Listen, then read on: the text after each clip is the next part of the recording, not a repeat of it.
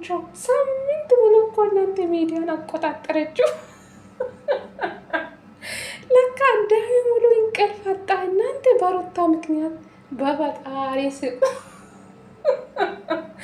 ኧረ ሩታዬ ይመችሽ፣ ሺህ ዓመት ኖርልን፣ ከሰው አፍ ደግሞ ይጠብቅሽ ፈጣሪ። ሰው ለካ እንቅልፍ አጣ። በሩታ የተቃጠላችሁ ነው ለካ የምታድሩ። አቤል ማለት ነው በጠዋቱ ፎቶ ፖስት አድርጓል። ቲክቶክ ስቶር ላይም አስቀምጧል። አቤል እኮ ሁሌ ጉራ ብቻ ቁም ነገር ሲሰራ ያላየውም የሰውን ትዳር መበጥበጥ እንጂ። እስኪ ንገርሙ፣ አቤል ቁም ነገር ሲሰራ አያችሁ? የሰውን ህይወት መበጥበጥ ነው እንጂ የእሱ ስራ ምን አለው? ኮረዳ ማለት ነው ሩታ ያለችው። እሱም ዛሬ ደግሞ ጻፈ።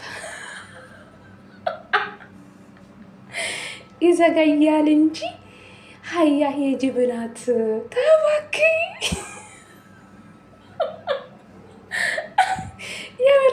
የምር ነው እንዴ? በጣም ነው በሩታ የተናደዳችሁ። ደግሞ ኮረጃ የሆን ነገር ቀይራ ብጽፍ ምን አለ? ሁሉም እራሱ ነው የገለበጠው። እናንተ ሩታ የጻፈችው እራሱ ገልብጦን የመጣ በጠዋቱ ፎቶ ፖስት አደረገ በራሱ ዩቱብ ላይ ማለት ነው። አቤት ጉራ ጉራ መነፋት እኮ አቤል ምንም ትርጉም የለም። የሆነ ቁም ነገር እንዶ ብታደርግ አዎ አቤል በጣም ጀግና ነው፣ የወንድሙ መከታ ነው ትባላለ። ግን አንተ እዛ ቁጭ በላ ጉራ መነፋት ምን ዋጋ አለ? መቼም አቤል ማለት ነው መቼም አብርሽን አታገኝም። መቼም ማለት ነው መቼም እንኳን አብርሽ ወደ ራሱ ቢመለስ ወደ ሚስቱ ነው የሚመለሱ። መቼም ከዛው ሽምት ሴተኛ ዳሪ ጋር አብርሽ መቼም አይሁን። መቼም ማለት ነው መቼም ማለት ነው።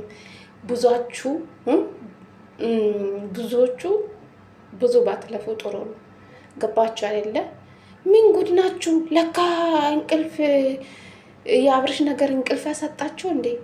አይዟችሁ። አንድ ሳምንት ብሎ በሩታ ስለተቃጠላችሁ እኔ ደስ ብሎኛል። ሩታ ትችላለች በሉ ቤተሰብ። ለካ አዳሚ ሙሉ በሩታ የተቃጠለ ናቸው። በጣም ነው የተቃጠላችሁ እንዴ? ውሃ ጠጡ። ምንም ማድረግ አይቻልም። ልጅቷ ሩታ ናት። ገባ አይደለ? ከሩታ ጋር ብዙ አትጋፈጡ። ደግሞ አቤል ማለት ነው ከሩታ ጋር አትፎካከራ። አንተ ወንድ ልጅ ነው፣ ሩታ ደግሞ ሴት ልጅ ናት። ገባ አይደለ? አንተ የወንክ ደነዝ የወንድ አልጫ የሰውን ትዳር ለመበተን በዚህ ልክ ቀና ጎንበስ እያልከ አንደኛ አንተ እኮ ነው። ገባ አይደለ? ሄርሜላ እንኳን ብትጎዳ አብርሽ ተጠያቂ አይደለም። እውነት ለመናገር ተጠያቂ አይደለም። አንዳንድ ሰዎች አብርሽ ተጠያቂ ነው ትላላችሁ። ምንም ተጠያቂ አይደለም። ተጠያቂ የሚሆነው አቤል ነው። እሱን አይደለ ወደ አብርሽ ህይወት ያመጣ። ስለዚህ የፈለገችውን ብትሆን አብርሽ ምንም አያገባው። እውነት ለመናገር እንደ ታዋቂ አድርጓታል። ዩቱብ ከፈትላት። ቲክቶክ ላይ ታዋቂ ሆናለች፣ ዩቱብ ላይ ታዋቂ ሆናለች። ከዚህ በለጠ ምንድን ነው? ሄርሜላ በምን ነው የተጎዳችሁ? በሰው ትዳር ነው የገባችሁ። እውነት ለመናገር ማለት ነው ሁላችሁም ትንጫጫላችሁ እንጂ አብርሽ መቼም አታገኙ። መቼም ማለት ነው ይዘገያል እንጂ ሀያዬ ጅብናት ጅላጅሉላ። አረ በፈጣሪ ስም ሰው እንዴት ነው እንቅልፍ አይተኛም እንዴ? ለካ በጣም ነው በሩታ የተቃጠላችሁ። ይሄ ራሱ ማወቅ አንድ ነገር ነው። አረ ሩታ ይመችሽ፣ ሂጂ ሁሌ ማለት ነው ሂጂበት። የታባታችሁ ተቃጠው። ለካ አዳሚ ሙሉ በሩታ ማለት ነው። ምን ጉድ ናችሁ?